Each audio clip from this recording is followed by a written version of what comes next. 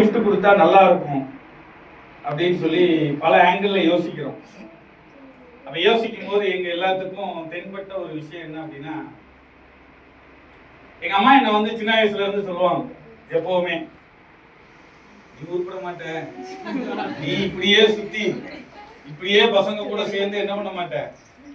அப்பா கிடையாது, எனக்கு அப்பா கிடையாது சின்ன வயசுல இருந்து. அப்ப அவங்களுடைய தாட் என்ன அப்படின்னா, அப்பா இல்லாம நம்ம வளர்க்குறோம், என் பிள்ளை எப்படியும் தப்பா அவங்க என்ன சொன்னாலும் எனக்கு ஏத்துக்கக்கூடிய மனநலம் இல்லை. ஆனா வேலையில கரெக்டா இருப்பேன், என்னால எந்த ஒரு பிரச்சனையும் நான் கொடுத்தது கிடையாது. அப்ப நான் இந்த மாதிரி வளர்ந்து வரும்போது எனக்கு அந்த விஷயத்த வந்து யாரும் பண்ணல. அப்ப நான் என்ன யோசிச்சேன் அப்படின்னா, நம்ம டீம்ல நமக்கு நடக்காத ஒரு விஷயத்த அவங்க நம்ம டீம்ல இவங்களும் நம்மள மாதிரி தான். அப்ப நமக்கு கிடைக்காத அந்த ஸ்டேஜ்ல அது எனக்கு ஒரு வேலை நடந்திருந்தா எப்படி இருக்கும் அப்படிங்கிறத ஒவ்வொரு வாரமும் நான் இந்த இடத்துல வந்து பார்த்துக்கிட்டு இருக்கிறேன். லாஸ்ட் வீக்ல உமா மேடம் கோல்டு மேனேஜர் அடிச்சாங்க, நடக்க முடியாத தாய். ஒரு வாரம் ஃபுல்லா பெட் ரெஸ்ட்ல இருந்தாங்க, வரவே முடியாதுன்னாங்க. இருந்தாலும் வலுக்கட்டாயமா கும்பகோணம் ஒரு சின்ன ஒரு கிராமம், கும்பகோணத்துல இருந்து உள்ள தள்ளி ஒரு 30 கிலோமீட்டர் தள்ளி உள்ள ஒரு கிராமத்துல இருந்து விடிய காலையில கிளம்பி இங்க வந்து ஒரு செலிப்ரேஷன் பண்ணாங்க. அப்ப பிரதாப்புக்கும் கிருஷ்ணனுக்கும் என்ன பண்ணலாம் அப்படின்னா, என்ன கொடுத்தாலும் ஈடாகாத ஒரு கிஃப்ட் என்ன தெரியுங்களா? என்ன கொடுத்தாலும் ஈடாகாத ஒரு கிஃப்ட் அவங்களுக்கு கொடுக்கலாம் அப்படின்னு சொல்லி பிளான் பண்ணியிருந்தோம். அந்த கிஃப்ட கொடுத்தோம்னா வாழ்க்கையில அவங்க என்ன பண்ண முடியாது, மறக்கவே முடியாது.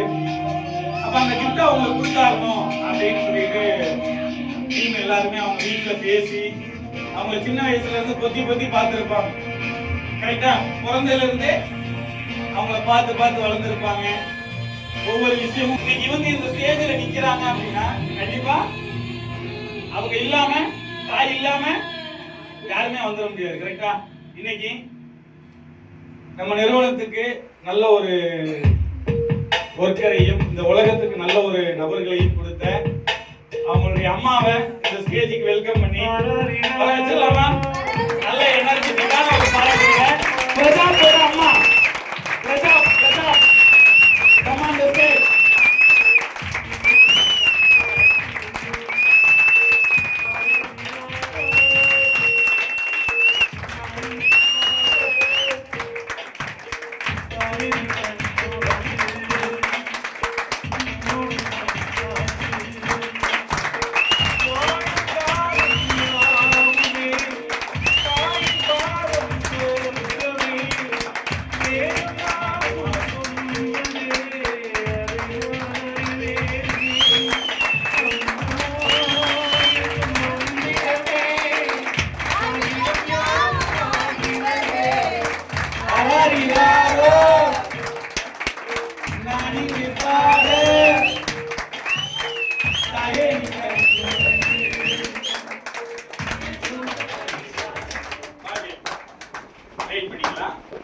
அதுக்கடுத்து நம்ம கடலாம் வரல. வெளி உலகத்துல அடிபட்டு மிதிப்பட்டு கஷ்டப்பட்டு என்ன பட்டாலுமே வெளி உலகத்துல வந்து லைஃப் ஸ்டைல் மாறல. அப்ப இந்த இடத்துல நமக்கு பணத்துக்கு பணம் கிடைக்குது, பேருக்கு பேர் கிடைக்குது. அது மட்டும் இல்லாம எல்லா ஒரு ரெகக்னைசேஷனும் கிடைக்குது, ஒரு பாராட்டு, மாலை, மரியாதை, இது எல்லாமே கிடைக்குது. அப்படிங்கும் போது ஏன் நம்ம இதை வந்து பண்ணக்கூடாது அப்படின்னு எடுத்த ஒரு பிசினஸ் தான் இன்னைக்கு பெரிய லெவல்ல சக்சஸ்ஃபுல்லா பண்ணிட்டு இருக்கிறேன். அடுத்த ஒரு நபர் வர வச்சிடலாமா? வர வச்சிடலாம் சார். இருக்காப்ல இல்ல? ஐயோ சார், நீங்க எங்களோட அந்த அம்மால ரொம்ப அழகா. இன்னைக்கு விலை மதிக்க முடியாத ஒரு gift. இன்னைக்கு நிறைய பேர் வந்து நிறைய பண்ணியிருக்கலாம். ஆனா இன்னைய நாள் அந்த அம்மாவோடையும் பிள்ளையோடதும் இருக்கணும் அப்படிங்கறதுதான் ஃபியூச்சர் இந்தியா நிறுவனத்துடைய ஒரு ஆசை. இன்னைக்கு கிருஷ்ணனும் இன்னைக்கு ஷார்ட் பீரியட்ல எடுத்து இன்னைக்கு அவங்க அம்மாவையும் ஒரு லெவல்ல ஸ்டேஜ் ஏற்ற முடியும், ஒரு அச்சுவலா மாத்த முடியும் அப்படின்னு சொல்லி அவங்க அம்மா வர வச்சிருக்காங்க. கிருஷ்ணன் அம்மா வாங்க, கமாண்டர் ஸ்டேஜ்.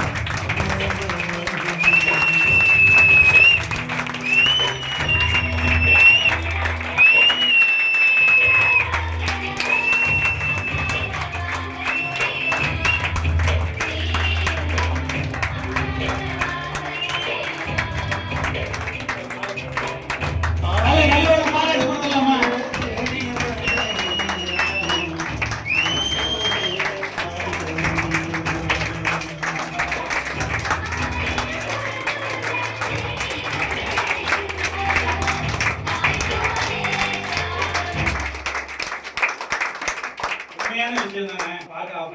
அழுகு வருது. நான் என்னங்க பண்ண முடியும்? இன்னைக்கு இது அவங்களுடைய நாள், கரெக்டா? அவங்க பேரண்ட்ஸுக்கு இன்னைக்கு நிறைய பேர் இந்த சாங் கேட்டிருக்கலாம், கரெக்டா? ஆனா இருந்தாலும் அது ஒரு வேல்யூபிளா இருக்கும், கரெக்டா? ஒரு மறக்க முடியாத ஒரு தருணம். அதாவது நிறைய விஷயம் சொல்லுவேன், என்னடா இவன் இப்படி சொல்றானே அப்படின்னு சொல்லி தப்பாலாம் நினைச்சுக்காதீங்க. இதுதான் உண்மை. இருக்கும்போது ஒரு சில விஷயத்த கொடுக்காம போனதுக்கு அப்புறம் தலைமாட்டில் உட்கார்ந்து அழுது 10 பைசாவுக்கு பிரயோஜனம் கிடையாது. இருக்கும்போது என் தாய்க்கு நான் என்ன கொடுக்கணுமோ, என்ன சன்மானத்தை கொடுக்கணுமோ அதை கொடுத்துடணும். இப்ப அவங்க 2 பேர் அவங்க அம்மா இடத்துல இருந்து பார்க்கும்போது என்ன தெரியுங்களா, ஒரு பெரிய விஷயம் என்ன தெரியுமா, ஒரு மிகப்பெரிய ஒரு கார்ப்பரேட் கம்பெனில இன்னைக்கு இவ்வளோ பசங்க வேலை செய்யற, அதாவது என் பையன் வயசுலயும் என் பையனோட வயசுல அதிகமாகவும், இன்னும் சொல்லப்போனா அவங்க அம்மா வயசுலயும் நிறைய பேர் ஒர்க் பண்ணிட்டு இருக்கிறாங்க, கரெக்டா? இன்னைக்கு அவங்க எல்லாரும் பண்ணாத ஒரு பண்ணின ஒரு விஷயத்த இன்னைக்கு வந்து என் பிள்ளையும் சேர்ந்து குறுகிய காலகட்டத்துல பண்ணி இருக்கிறானே. இந்த பொழுதினம் பெரிதுவக்கும் தன் மகனை சான்றோன் என கேட்ட தாய், கரெக்டா? என்னதான் சொன்னாலும் 1000 தப்பு பண்ணாலும் அம்மாவுக்கு வந்து புள்ள வந்து நல்லவன் தான், கரெக்டா?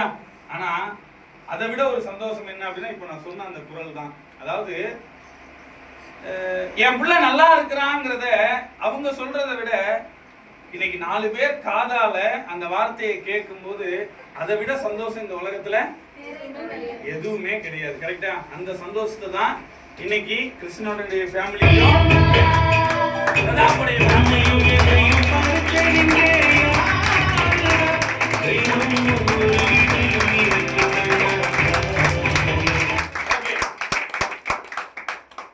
கண்டிப்பா. ஏன்னா ஃபர்ஸ்ட் பிரதாப்பை கூப்பிடும் போதே அங்க பிரதாப்புக்கு ஒரு மெடல் போடும் போதே பிரதாப்புடைய அம்மா கண்ணை அப்படின்னு தொடச்சிட்டாங்க.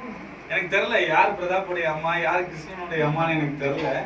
ஆனா அந்த மேடம் வந்து கண்ணை தொடச்சிட்டாங்க. துடைக்கும் போதே ஓகே ரைட்டு, இதுக்கே எப்படின்னா மேடம் இன்னும் இருக்குல்ல அப்படின்னு மனசுக்குள்ள நினைச்சுக்கிட்டு தான் ட்ரைனிங் பண்ணிக்கிட்டு இருந்தேன். கண்டிப்பா இதை பார்க்கும்போது அவங்களுக்கு எப்படி இருந்துச்சுங்கிறது ஒரு வார்த்தைகள் பேச வைக்கலாமா? பேச வைக்கலாமா? பேசலாமாம்மா?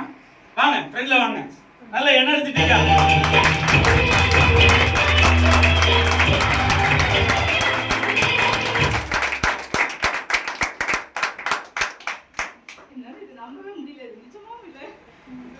பண்ணிருக்காங்க, என்னால என்ன பேசுறது எனக்கு தெரியும்.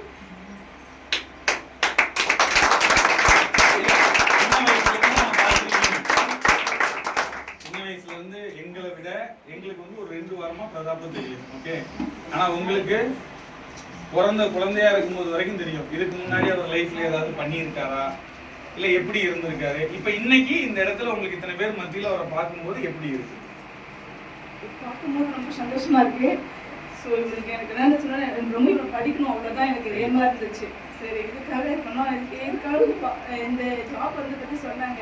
சரி இதெல்லாம் படிப்பு ஏதாச்சும் பாதிப்பாக மாட்டாங்க, இல்லை அதெல்லாம் ஒன்றும் ஆகாதுமா நான் பார்த்துக்கிறேன் அப்படின்னு சொல்லி எப்பவுமே இவங்களுக்கு அட்வைஸ் பண்ணுறதே நான் கிடையாது. ஏன்னா அந்த அளவுக்கு நடந்துப்பாங்க. அதனாலதான்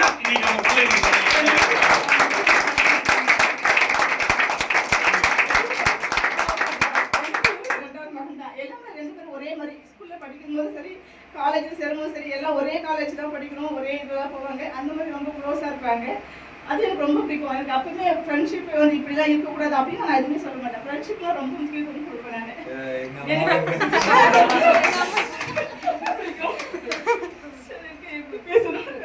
சரி பரவாயில்ல, நீங்க இவ்வளவு நேரம் பேசுனதே பெரிய விஷயம்.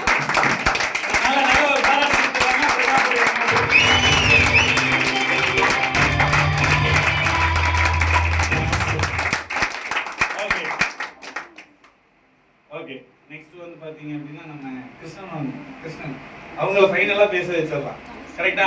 ஃபர்ஸ்ட் கிருஷ்ணனோட அம்மாவை பேச வச்சிடலாமா? நல்ல எனர்ஜெட்டிக்கா அவங்க கிளாப் பத்தலையே.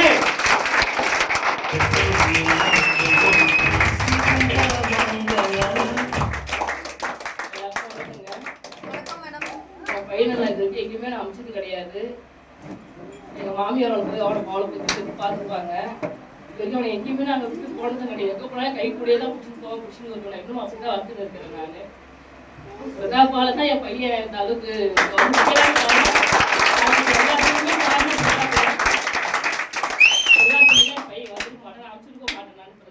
அனுப்புகாண்டி நான் பார்த்துக்கிறேன் அப்படின்ற ஒரு சொல்லாலே என் பையன் வந்து நிற்கிறாங்க. எங்கள் வீட்டுக்காருக்கு இந்த விஷயம் தெரியாது. காலையில் கூட சொல்ல போகும்போதே நோ பிள்ளைய நீ டீச்சர் ஆக போகிறேன் படிக்கிற பையனை அவருக்கு என்ன சத்தம் அவருக்கு பெரியப்பா வந்துருக்கிறேன் நான் ரொம்ப சந்தோஷமா இருக்குது வந்த பிறகு எனக்கு இதே மாதிரி படிப்பையும் அவன் நல்லபடியா இருக்கணும். கண்டிப்பா வேலையில இங்க வந்து நல்லபடியா செய்யணும், நல்லபடியா இருக்கணுங்க.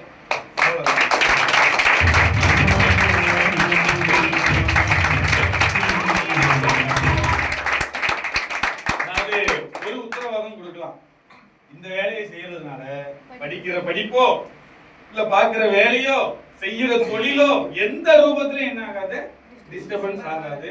அது அவங்க கிடைக்கக்கூடிய ஃப்ரீ டைம்ல பண்ணிக்கலாம். அதனால ஒன்றும் பிரச்சனை கிடையாது. வந்தே ஆகணும் செஞ்சே ஆகணும் அப்படின்னா யாரும் கட்டாயப்படுத்த மாட்டாங்க. இன்னைக்கு அவங்களுடைய நாள் அப்படிங்கிறதுனால தான். இப்போ இன்னைக்கு அவங்க ஒரு வேளை லீவ் போட்டு வந்தாங்களா, எப்படி வந்தாங்கன்னு எனக்கு பாருங்க, கடவுளா பார்த்து அமைச்சு கொடுத்துட்டாங்க. கரெக்டா? இன்னைய நாள் இது அவங்களுக்கு இன்னைக்கு கொடுக்காம விட்டுட்டோம்னா அது வேல்யூ இருக்காது. இப்போ இதெல்லாம் வந்து உங்கள்கிட்ட நேரில் வந்து சொல்லியிருந்தா உங்களுக்கு புரிஞ்சிருக்குமா?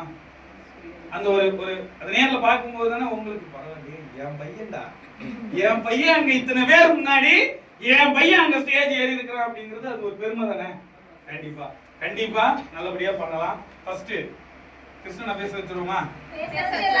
வச்சிடலாமா? நல்ல நல்ல ஒரு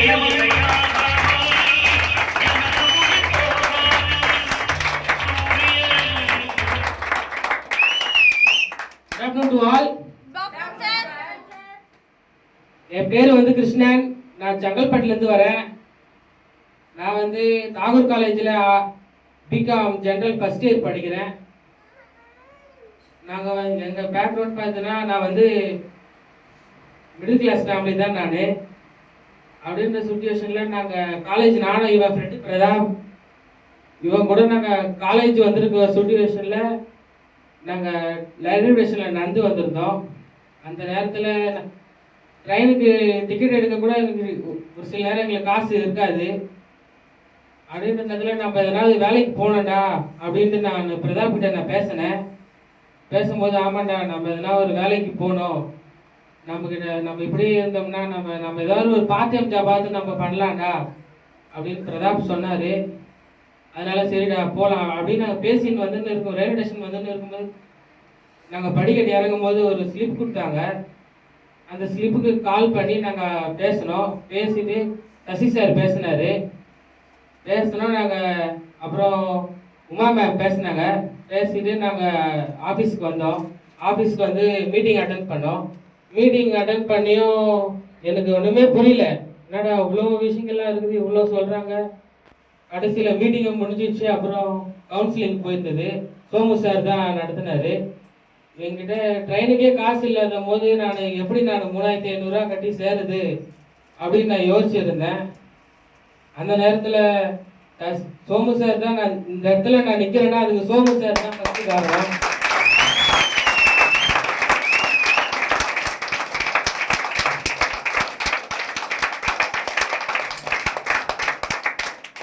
அவர் அன்னைக்கு பேசி எனக்கு புரிய வைக்கலன்னா நான் இந்த இடத்துல நான் நின்று பேசியிருக்க மாட்டேன். எங்கேயோ நான் என் வேலையை பார்த்துட்டு நான் ஒரு ரூபாய்க்கு கஷ்டப்பட்டு நான் இருந்திருப்பேன். சோமு சார் பேசினாரு. பேசிட்டு எனக்கு ஒன்றுமே புரியல. பிரதாப்பும் அவன் சேர்றேன்னு சொல்லிட்டான். 100 ரூபாய் மட்டும் நாங்கள் பே பண்ணிட்டு நாங்கள் கண்டிப்பாக ரெடி பண்ணிட்டு வரோம் சார், பிடிச்சிருக்கு, ஆனால் எங்களுக்கு இந்த ஜாப் வந்து பிடிச்சிருக்கு அப்படின்னு நாங்கள் சொல்லி கிளம்பிட்டோம். அப்புறம் பிரதாப் மறுநாள் ஜாயின் பண்ணிட்டேன். நான் ஜாயின் பண்ணல, என்னால் காசு ரெடி பண்ண முடியல. அவன் ரெடி பண்ணிட்டு அவன் வந்து பேசினான், நீ கண்டிப்பாக வாடா, நான் இருக்க அவன் கூட, நான் 2 பேருமே சேர்ந்து நம்ம வேலை செய்வோம், நான் மட்டும் போனால் நல்லா இருக்காது, நீ வாடா 2 பேருமே செய்யலாம். நான் யோசிச்சேன், எங்கேயுமே போனாலும் நம்ம 2 பேருமே தான் போகிறோம், இதுக்கு மட்டும் நம்ம தனியாக போகிறோம், 2 பேருமே ஒன்றாவே போகலாம்டா. நானும் காசு ரெடி பண்ணி வந்து ஜாயின் பண்ணேன். ஜாயின் பண்ண புதுசில் எனக்கு ஒன்றுமே புரியல. நான் இங்கே நின்று பேசுறேன்னா அது முக்கியமான காரணம் சசி சார், உமா மேம் கூட சொல்லலாம். கண்டிப்பாக அவங்க நிறைய விஷயம் எனக்கு கற்றுக் கொடுத்தாங்க. நான் நிறைய விஷயம் எடுத்துக்கினேன். என்னால் இந்த விஷயம்லாம் கற்றுக்க முடியுமான்னு நான் வெளியில் பார்த்தேன். என்னால் கற்றுக்க முடியல. நான் ஃபியூச்சர் இந்தியாவுக்குள்ளே வந்து நான் நிறைய விஷயங்கள் இன்னைக்கு நான் வந்து ஷார்ட் பீரியடில் தான் நான் வந்தேன். இருந்தாலும் நிறைய விஷயங்கள் நான் கற்றுக்கிறேன். நான் சசி சார் நிறைய நல்லா பேசுவார், உமா மேமும் பேசுவாங்க, சோமு சார் பேசுவார், லக்ஷ்மி மேமும் அப்பப்போ மீட்டிங் போட்டு பேசுவாங்க. பேசும்போதெல்லாம் ஏதாச்சும் நான் ஒரு விஷயமாச்சும் நான் அந்த மீட்டிங்கில் நான் கற்றுப்பேன். கண்டிப்பாக நான் கற்றுப்பேன். நானும் கற்றுப்பேன், பிரதாபம் கற்றுப்பான். அந்த ஒரு மீட்டிங்லாம் அட்டன் பண்ணிட்டு வரும்போது எங்களுக்கு ஒரு வெறி இருக்கும். நாம் கண்டிப்பாக நாங்கள் ஒரு கோலை அச்சீவ் பண்ணியிருக்கோம். நான் பிரதாப் வந்து சோமு சார் மாதிரியும், நான் வந்து சசி சார் மாதிரியும் மாறி ஃபியூச்சருக்கு கடைசி வரைக்கும் எங்கள் ஊர் போகிற வரைக்கும் நாங்கள்